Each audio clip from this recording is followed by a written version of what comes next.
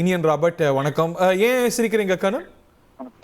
இல்ல அதாவது வந்து ஒரு கம்ப்ளீட் ஒரு இது வந்து பேக்கை வந்து ரொம்ப ஃபாஸ்டா வந்து கொடுத்துருக்காரு. லாஸ்டா வந்து ரொம்ப அவருடைய கருத்துக்களை ரொம்ப அழகா வந்து கொண்டு கொடுத்துருக்காருன்ட்டு. என்ன கருத்து? பீகார் சொல்றீங்களா? Bihar election. Okay okay. Thiru RK, you like to respond? ஒரு தாக்குதல் நடந்து 48 ஹவர்ஸ்க்கு முன்னால ஒரு பிரதமர் வந்து தர்பங்காலன் வந்து நிக்கிறாரு. அதனுடைய பொருள் என்ன? will you are you okay with that? அதுக்கு அந்த அந்த அதாவது வந்து இந்த செயின் ஆஃப் ஆக்ஷன்ஸ் இருக்கு இல்லையா, அந்த செயின் ஆஃப் ஆக்ஷன்ஸ்ல அந்த இன்சிடென்ட்ஸ் பஹல்காம்ல நடந்து அதுக்கப்புறம் என்னென்ன எடுத்திருக்காங்க அப்படின்னு நம்ம வந்து பார்க்கணும். எவ்வளோ வந்து மீட்டிங்ஸ் வந்து கண்டக்ட் பண்ணியிருக்காங்க, யார் யாரோட கண்டக்ட் பண்ணியிருக்காங்க, என்ன பிளான் பண்ணியிருக்காங்க அப்படின்னு சொல்லிட்டு. ரெண்டாவது வந்து நம்மளுடைய பல்ஸ் என்ன அப்படின்னு எதிரிக்கு தெரியக்கூடாது. So it may be the deception kind what they feel. So அவங்களோட சைடில் அவங்க என்ன பண்ணியிருக்காங்கிறது டைம் ஒன்லி நமக்கு வந்து விளக்கும். நம்ம டக்குன்னு இறங்க முடியாது. நம்ம வந்து இது ஒரு பொலிட்டிக்கல் இருக்கும்போது நேரத்துல நம்ம கொண்டு போக முடியும். Point taken. திரு இனியன், அப்படி இருக்கும்போது ஒரு ரெஸ்டாரண்டா நடந்துட்டு இருக்காங்க, நேரத்தை நம்ம கேர்ஃபுல்லா சூஸ் பண்ணணும், எதிரி கோஆர்டினேட்டடா செயல்படுறான் அப்படிங்கும்போது கவனமா செயல்படணுங்கும் போது ஏன் இன்னும் தாக்கலன்னு ஒரு ரஃபேல் விமானத்தை வச்சுக்கிறது, அதுக்கு கீழே எலுமிச்சம்பழத்தை கட்டி இப்படிதான் செய்றாங்க அப்படின்னு நாட்டை கேவலப்படுத்துவதா நாட்டை ஆண்ட காங்கிரஸ் கட்சி? இல்ல நீங்க இது வந்து ஏதோ ஒரு மூலையில ஏதோ ஒருவர் வந்து உணர்ச்சி வசப்பட்டு செய்வதை வந்து காங்கிரஸ் கட்சியினுடைய அதிகாரப்பூர்வ ஏதோ ஒருவர் இல்ல, இந்தியாவுடைய பெரிய மாநிலத்துடைய உங்களுடைய தலைவர். இல்ல நீங்க நேஷனல் லெவல்ல காங்கிரஸ் கட்சி எடுத்திருக்கின்ற நிலைப்பாடு என்ன? நாங்க இந்திய அரசுக்கு முழுமையான ஆதரவு கொடுப்போம்ன்றதான் எங்களுடைய நிலைப்பாடு. அதுல எங்களுக்கு 1% கூட எந்த டவுட்டும் இல்ல. பாஜக 2008 மும்பை தாஜ் அட்டாக் நடந்த போது எடுத்த நிலைப்பாட்டு மாதிரி நாங்க இன்னைக்கு நான் ஸ்டாண்ட் எடுக்கல. நாங்க முழுமையான ஆதரவு அரசுக்கு கொடுப்போம் நாங்க சொல்லிட்டோம். இப்ப நாங்க இதை எப்படி பார்க்கணும்னா, இன்றைக்கு இந்த அரசு 11 ஆண்டுகள்ல ஒரு டிப்ளமாசியை கன்ஸ்ட்ரக்ட் பண்ணிருக்கான்றதான் இங்க மிகப்பெரிய கேள்வியாக இருக்கிறது. இந்த அரசுக்கு ரெஸ்பான்சிபிலிட்டி இல்லாம போனதுனாலதான் இவ்வளவு பெரிய விளைவு ஏற்பட்டிருக்கிறது புரிந்து கொள்ள முடிகிறது. ரெஸ்பான்சிபிலிட்டிக்கு பிறகு அக்கௌண்டபிலிட்டி எடுத்திருக்கிறாங்க திருப்பி கேட்கிறோம் நாங்க. அதனால அக்கௌண்டபிலிட்டின்னு பார்க்கும் பொழுது இன்றைக்கு ஒரு போர் போகின்ற சூழ்நிலையில நமக்கு எத்தனை சர்வதேச நாடுகள் நம்மளோட இன்னைக்கு ஒத்துழைப்பதற்கு தயாராக இருக்கிறாங்க ஒரு பெரிய கேள்விக்கு பாஜக சார்ந்தவங்க யாராவது பதில் சொல்ல முடியுமா? எந்த நாடுகள் நமக்கு தரலன்னு நினைக்கிறீங்க? இன்னைக்கு ரஷ்ய அதிபர் புதின் சொல்லியிருக்கிறாரு, அமெரிக்கால அந்த அட்மினிஸ்ட்ரேஷன்ல இருக்கக்கூடிய அத்தனை முக்கிய தலைவர்களும், காஷ் பட்டேல் ஆகட்டும், துல்சி கபாட் ஆகட்டும், துணை அதிபராகட்டும், அதிபராகட்டும், அன்ஈக்விவோக்கல் டர்ம்ஸ் இந்தியாவை சப்போர்ட் பண்ணியிருக்காங்க. இன்னைக்கு இஸ்ரேல் சப்போர்ட் பண்ணிருக்கு. உலகத்துடைய பல நாடுகள் நமக்கு ஆதரவா நின்னுக்கிறாங்க. What more do you expect? இல்ல நீங்க ஒரு வெளிப்படையான ஆதரவு. 1971 இந்தியா பாகிஸ்தான் நடந்த பொழுது பிரதமரோ அல்லது இங்க இருக்க டிப்ளமேட்ஸோ சர்வதேச நாடுகளுக்கு சென்று அங்க இருக்கக்கூடிய தலைவர்களை சந்தித்து இன்னைக்கு உலக தலைவர்கள் வந்துட்டு இருக்காங்க. ஜப்பான் தலைவர் இங்க இருக்கிறாங்க, இன்னைக்கு அவர் ஸ்பீக்கர் இருக்கிறார். இன்னைக்கு world leaders are coming here. இன்னைக்கு இந்த நாட்டுல இருந்து நாட்டுக்கு ஆதரவு வந்து அமெரிக்காவுடைய துணை அதிபர் சொல்லியிருக்காரு. நீங்க என்ன டிப்ளமேட்டிக் ஃபெயிலியர் பாக்குறீங்க? இங்க பிஜேபி காங்கிரஸ் விட்டுருங்க, இந்த நாட்டுக்கு என்ன டிப்ளமேட்டிக் ஃபெயிலியர்? இந்த நாட்டுடைய 11 ஆண்டுகள் ஆட்சியில உங்களை சுத்தி இருக்கின்ற எல்லா சிறிய நாடுகளும் உங்களுக்கு எதிரியாக மாறி இருக்கிறாங்க. இன்றைக்கு நம்ம கூட பங்களாதேஷோ, ஸ்ரீலங்காவோ, ஏன் மாலத்தீவு அல்லது நேபாள், பூட்டான் முதல் கொண்டு எல்லா நாடுகளுமே இந்தியாவுக்கு எதிராக இருக்கின்ற ஒரு சூழ்நிலை தான் 11 ஆண்டுகள் பாஜக ஏற்படுத்தி வைத்திருக்கின்ற ஒரு எக்ஸ்டர்னல் அஃபேர்ஸ் டிப்ளமசியாக இருக்கிறது. இதுல நீங்க வந்து வெளிநாடுகளுக்கு போறீங்க, மற்றவங்க வந்து அதுல முழுமையான ஆதரவு எந்த அளவுக்கு அளிச்சிருக்கிறாங்கன்றது இன்னைக்கு ஒரு பெரிய கேள்வி இருக்குது. சைனா வெளிப்படையான ஒரு வாக்குறுதியை கொடுத்திருக்கிறது, பாகிஸ்தான் பக்கம் நாங்கள் நிற்கிறோம் என்று. அந்த மாதிரியான அவங்களோட வேற என்ன எதிர்பார்க்கறீங்க சைனா கிட்ட? வாழ்க இந்தியான்னு கோவ போதா சைனா?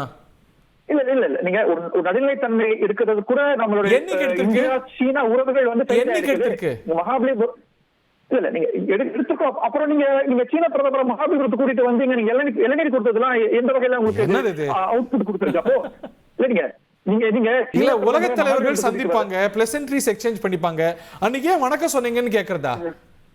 இன்னைக்கு சீன தலைவரும் டொனால்ட் ட்ரம்ப்பும் சந்திச்சிருக்காங்க. அன்னைக்கு சந்திச்சீங்களே, இன்னைக்கு வர்த்தக போர் போடுறீங்களேன்னு யாரும் கேட்கறது இல்ல. Leaders meet all the time. நீங்க என்ன சொன்னீங்கன்னு கேள்வி பண்ணீங்க. நாங்க பாஜக சார்ந்தவங்க அன்னைக்கு என்ன சொன்னாங்கன்னு நாங்க கேட்கிறோம். அன்னைக்கு என்ன சொன்னாங்கன்னா, இந்தியாவுடைய பிரதமரும் சீனாவுடைய பிரீமியரும் வந்து நல்ல உறவுல இருக்கிறாங்க, அதனால இந்தியா சீனாக்கு எந்த பாதிப்பும் இல்ல, நாளைக்கு ஒரு பிரச்சனை வரும் பட்சத்துல அவங்க நம்ம பக்கம் தான் நிப்பாங்கன்ற மாதிரி கருத்துக்களை பாஜக அப்படி அரசியல் தெரிந்து யாரும் எதிர்பார்க்க மாட்டாங்க.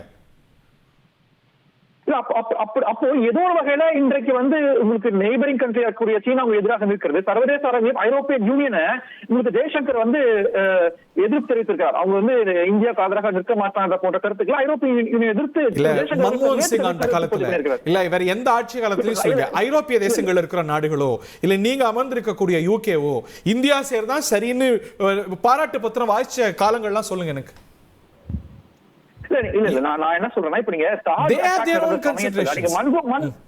இல்ல நான் ஒரு இன்சிடென்ட் சொல்றேன், நான் எக்ஸாம்பிள் கொடுக்குறேன். தாஜ் அட்டாக் நடந்த சமயத்துல அன்றைக்கு இருந்த அரசு ஒரு 7 நாட்களுக்குள்ள அந்த அட்டாக் செஞ்சது யாரு, அவங்க எதுல வந்தாங்க, என்ன வாகனத்தை பயன்படுத்துறாங்க, என்ன வாக்கி டாக்கி பயன்படுத்துறாங்க, எதன் மூலமா வந்தாங்கன்ற அத்தனை தரவுகளையும் சர்வதேச அரங்கில் நிறுத்தி அதன் மூலமாக ஆதரவு பெற்றாங்க. அன்றைக்கு ஒபாமா முதல் கொண்டு இந்தியாவுக்கு வந்து அந்த பகுதியில் நிலவு செலுத்திட்டு போன்றது யாரும் மறக்கல. அப்போ அந்த மாதிரியான ஒரு டிப்ளமாசியை நீங்க ஏன் கன்ஸ்ட்ரக்ட் பண்ணாம விட்டுட்டீங்கன்னா திருப்பி ஓகே. சில முக்கியமான கேள்விகளை கேட்டிருக்கிறீங்க. ராஜாங்க ரீதியாகவும் சரி பாதுகாப்பு ரீதியாகவும் சரி இதுல வந்து நம்ம கேட்கப்பட வேண்டிய கேள்விகள் ஃபிக்ஸ் பண்ண வேண்டிய அக்கௌண்டபிலிட்டியும் இருக்கு. அதை நம்ம மறுத்திட முடியாதுங்கிறார். இப்போ இனியன் ராபர்ட் வந்து காங்கிரஸ் கட்சியில பெரிய தலைவரா வந்துட்டீங்கன்னா உங்க கட்சியில சுத்தி இருக்கிறவங்களே உங்களுக்கு குழி பறிச்சுட்டே இருப்பாங்க. இது வந்து இயற்கையான ஒரு விஷயம். நீங்க 60-70 ஆண்டுகள் இந்தியாவை சொல்றீங்களா? சொந்த அனுபவம் வச்சுக்கோங்க. இப்போ 60-70 ஆண்டுகள் ஆண்ட நாடு எப்படி இருந்தது, இன்னைக்கு எப்படி இருக்கு. நம்ம வந்து பொருளாதாரத்துல 2043 தான் 3வது பெரிய நாடாக வருவோம்னு நீங்க கணிச்சிருந்தீங்க. இன்னைக்கு ஆல்ரெடி 4வது வரப்போறோம், இன்னும் 3 ஆண்டுகள்ல 3வது வரப்போறோம். அப்போ இந்தியா வளருதுன்னா வெளியே இருக்கக்கூடியவர்களுக்கு அது பிரச்சனை தான். அதனால சுற்றி இருக்கக்கூடியவர்கள் வந்து இந்த மாதிரி இந்தியாவுக்கு எதிராக திருப்புறது, அதற்கான டீப் ஸ்டேட் வேலை செய்கிறது, இதெல்லாம் எதிர்பார்க்கக்கூடிய ஒரு குளோபல் பாலிடிக்ஸ் தான். இப்போ பிஜேபி அரசாங்கம் வந்ததுக்கு அப்புறமா சைனா எதிரி ஆயிடுச்சா, இல்லை பாகிஸ்தான் எதிரி ஆயிடுச்சா, பங்களாதேஷ் எதிரி ஆயிடுச்சா? எப்பயுமே அவங்க வந்து எதிராக இருக்கக்கூடியவர்கள் தான். அப்புறமா ஒரு ஸ்ட்ராட்டஜிக்கான ஒரு அன்ஃப்ரெண்ட்லி கவர்மெண்ட் இப்பதான் வந்திருக்கு. அதுதான் சொல்றேன் நான். அதாவது ஒட்டுமொத்த என்னுடைய கருத்து முடிச்சிடுறேன். இப்போ வந்து நான் இங்க பிஜேபி ஸ்போக்ஸ் பர்சனா எங்களுடைய ஸ்ட்ராட்டஜி சொல்றதுக்கு வரல, ஏன்னா அது எங்களால் சொல்ல முடியாது. ஆனால் இந்த அரசாங்கத்தினுடைய ஸ்டாண்ட் இந்த சம்பவத்திலே ஆகட்டும் இல்லை வந்து பார்டர் சம்பந்தங்களே ஆகட்டும் கடந்த 11 ஆண்டுகளில் எப்படி இருந்திருக்குன்னு நம்ம எல்லாருக்குமே தெரியும். ஏகே ஆண்டனி அவர்கள் வந்து பாராளுமன்றத்திலே சொன்னார், பார்டர் ஏரியாஸ் வந்து டெவலப் பண்ணுறதா உத்தேசம் இல்லை. ஏன்னா நம்ம ரோடு போட்டுட்டா சைனாக்கான வந்து நம்மளை அட்டாக் பண்ணிடுவோம் அப்படின்ற நிலைமையில தான் கடந்த காலங்களில் இந்தியாவுடைய ஸ்டாண்டே இருக்குது. இந்த 11 ஆண்டுகளில் எவ்வளோ பார்டர்ஸில் எவ்வளோ இன்ஃப்ராஸ்ட்ரக்சர் டெவலப் பண்ணியிருக்கோம் அப்படின்றதுல இந்த 2 கவர்மெண்ட் காங்கிரஸ் பிஜேபி கடந்த காலங்களில் எல்லாம் சேர்த்து நம்மளுடைய ஸ்டாண்ட் எப்படின்னு தெரியுது. யார் வந்து இந்தியாவை பாதுகாப்பதற்கு தைரியமாக வேலை செய்கிறார்கள், யார் வந்து மற்ற நாடுகளுக்கு நம்ம பார்க்கலையா, கல்வான்ல நம்ம பார்க்கலையா, யாருடைய ஆட்சி காலத்துல. அதை தாண்டி அவர் கேட்கிற கேள்வி, எப்படி வந்து மும்பை தீவிரவாத தாக்குதல் ஒரு நாட்டை உலுக்கியதோ அதுக்கப்புறம் அக்கௌண்டபிலிட்டி ஃபிக்ஸ் பண்ணப்பட்டது. ஆனா இப்போ துரிதமா நடவடிக்கை எடுத்தோன்னு சில நடவடிக்கை பட்டியல். அஃப்கோர்ஸ் அதுல நிறைய கேள்விகள் இருக்கு. பட் இந்த கேஸ்ல there is no accountabilityங்கற. அதான் சொல்றேன், என்ன அக்கௌண்டபிலிட்டி இவங்க உடனே ஃபிக்ஸ் பண்ணாங்கன்னு தெரியல. அங்க அப்போ உள்துறை அமைச்சர் ராஜினாமா செஞ்சார். இல்ல அப்ப சர்விங்ல இருந்த ஆர்மியில் ஹையஸ்ட் பொசிஷனில் இருக்கக்கூடியவர்கள் ஓப்பனாக ஆன் ரெக்கார்டு சொல்லியிருக்காங்க, நாங்கள் அட்டாக் பண்ணுவதற்கு தயாராக இருந்தோம், ஆனால் அந்த அரசாங்கம் எங்களுக்கான அந்த அனுமதியை வழங்கவே இல்லை. பொலிட்டிக்கல் வில் இல்லாத அரசாங்கத்தை தான் இவங்க எப்பயுமே நடத்திட்டு இருந்தாங்க.